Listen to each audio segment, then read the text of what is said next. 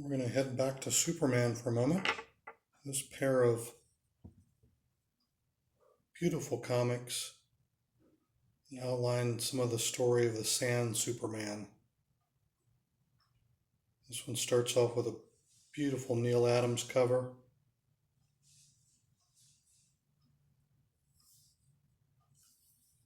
Nice tight book.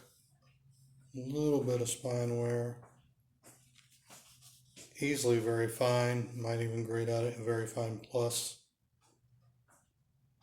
There's a look at the back. Nice and white.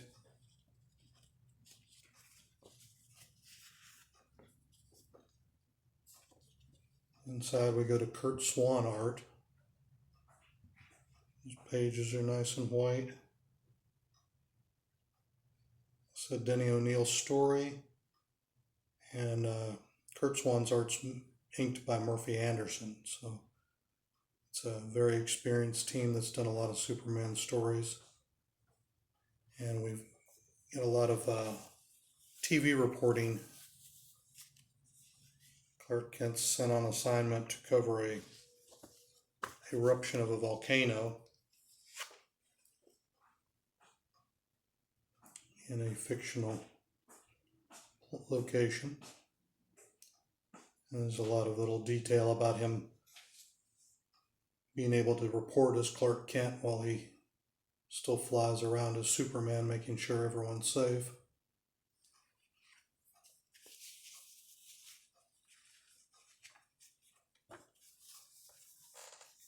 And let's see, there we go.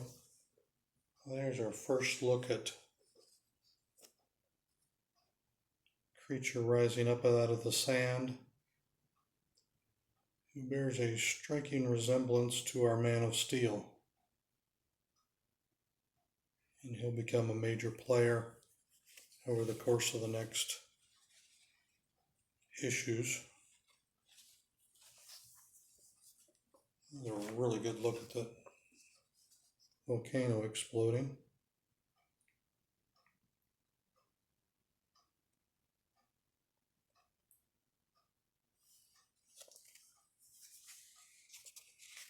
And if that weren't enough,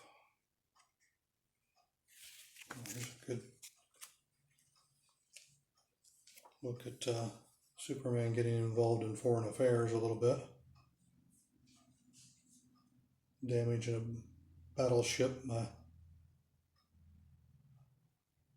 that's being run by what he considers a corrupt regime.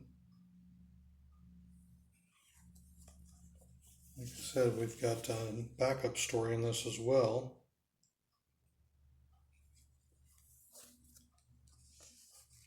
From the fabulous world of Krypton. That's E. Nelson Bridwell writing this story. And the art is still by Kurt Swan. It's a 36-page comic book. And two interesting stories. We follow that up with skipping from number 234 to Superman 238. So the next appearance of our Sand Superman, although mostly on the cover, surprisingly. And we are slowly treated to the fact that Superman's powers are being leached away from him by this new entity. This one's a Carmine Infantino cover, just to give us a little variety.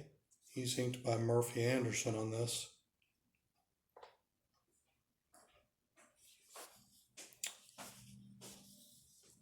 I'd say this is the same condition. Maybe this one's actually closer to the very fine plus than very fine. So look at the back cover. We're still being scripted by Denny O'Neil,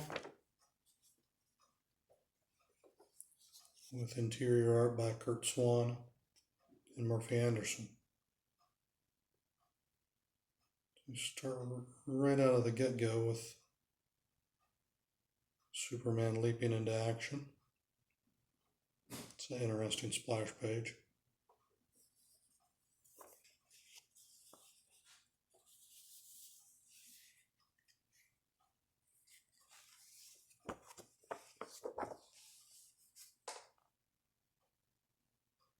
Superman doing his tunneling action. There we've got an advertisement for some model kits.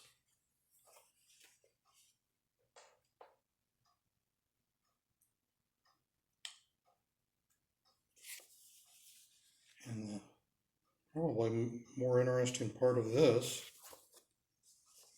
is the World of Krypton story in the back. We have two space explorers coming to a planet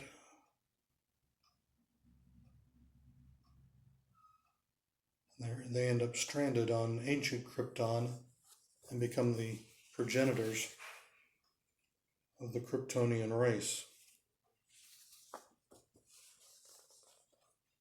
So a little bit of a history of that planet of Superman's origin. This is a Cary Bates script, and Gray Morrow, who you'll know from a lot of his horror work, does the art, so he's really good with science fiction and that kind of stuff, so his talents are put to good use on this space story, colonization story, even reluctantly colonization. I forgot to mention a couple things that were interesting with that first issue. We have the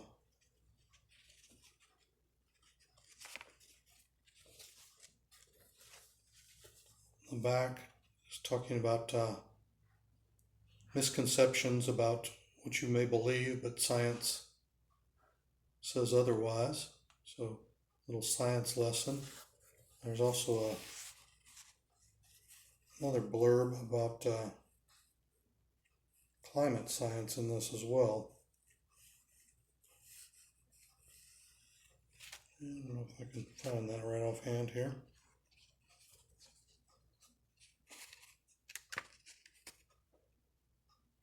No, but there's another one about climate science and the difference between climate and weather, which will probably be reread by a lot of people today.